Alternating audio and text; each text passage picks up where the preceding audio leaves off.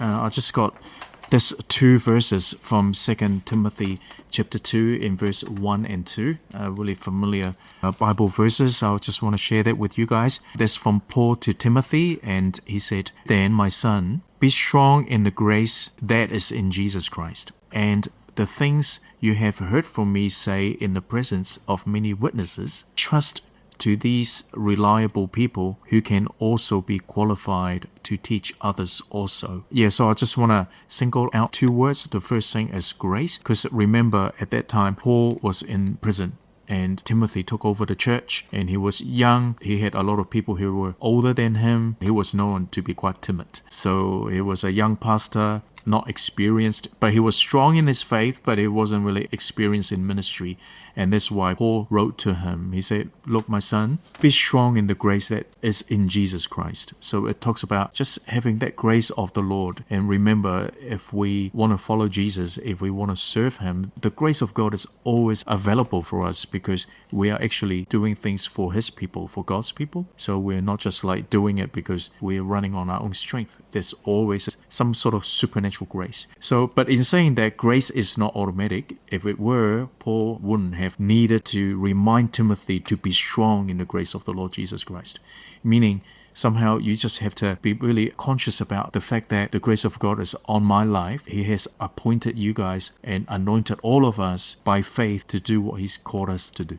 If you remember, there's a verse from Genesis chapter 6 where it says, Noah found grace in the eyes of the Lord. So one quick question is that, how did you find your keys last time when you lost your keys?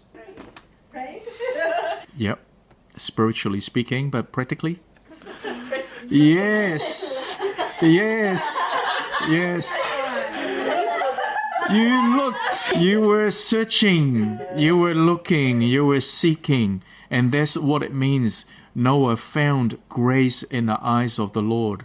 So that means Noah was actually seeking and looking for the grace of God for him and for his life and for his generation. And when you think about even the word "in the eyes of the Lord," I mean, gosh, you are talking about face-to-face encounter. You come so close to the Lord that you can actually see yourself in the Lord. That's how close Noah found the Lord. Noah found grace in the eyes of the Lord. And I want to find grace in the eyes of the Lord, but how? I'll seek it. I say, Lord, I don't have this in, I don't know, whatever areas in my life, but I ask you for your grace. I'll come before you boldly. I don't have that, but I know you do have that if I ask you from a right heart motive. I'll come before you to ask for that. And you know what? I would get it. First, I know that he's not holding back. And second, I know that I can be bold, be full of faith to ask him for what I need. Whether he would give it or not, in the right time or not, I really don't care, but I will ask him. So Noah sought the Lord and he found grace. So Paul said, be strong in the grace of the Lord Jesus Christ, Timothy.